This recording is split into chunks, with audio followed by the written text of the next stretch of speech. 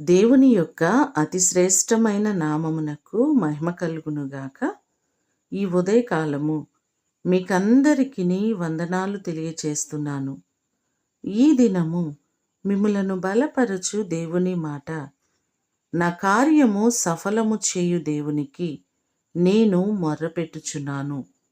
కీర్తనలు 57వ కీర్తన 2వ చరణం. మన దేవుడు మన కార్యములన్నిటినీ సఫలము చేసేవారు. ఆయన మాత్రమే అద్భుతములు చేసేవారు, మన పక్షముగా నిలబడేవారు. యెషయా గ్రంథము 64వ అధ్యాయము 4వ వచనములో చూస్తే, తన కొరకు కనిపెట్టు వారి విషయమై నీవు తప్ప తన కార్యము సఫలము చేయు మరి ఏ దేవునిని ఎవడును ఏ కాలమునను చూచియుండలేదు అనే మాటలు మనకు కనబడుతున్నాయి. మన కార్యములను తప్పక నెరవేర్చే దేవుడు, మన పక్షముగా మనము తలపెడుతున్న ప్రతి కార్యమును సఫలతను అనుగ్రహించే దేవుడు.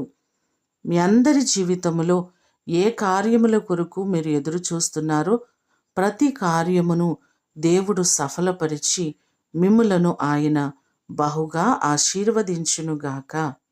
ప్రార్థన చేసుకుందాం.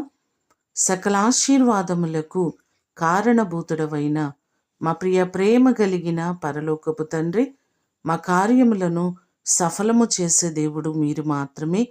మా ప్రియులెల్లరినీ జ్ఞాపకం చేసుకోండి. ఏ పనులు జరగక వారు ఇబ్బందులు పడుతున్నారో ప్రతి పనిని సఫలమగునట్లుగా మీరు చేయండి. వారి చేతుల కష్టార్జితములను, వారి ఉద్యోగములను, వ్యాపారములను మీరు ఆశీర్వదించి నీ కృపచేత వర్ధిల్ల చేయండి.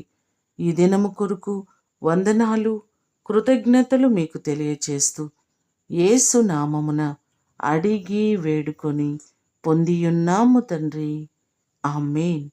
దేవుడు మిమ్ములను దీవించునుగాక.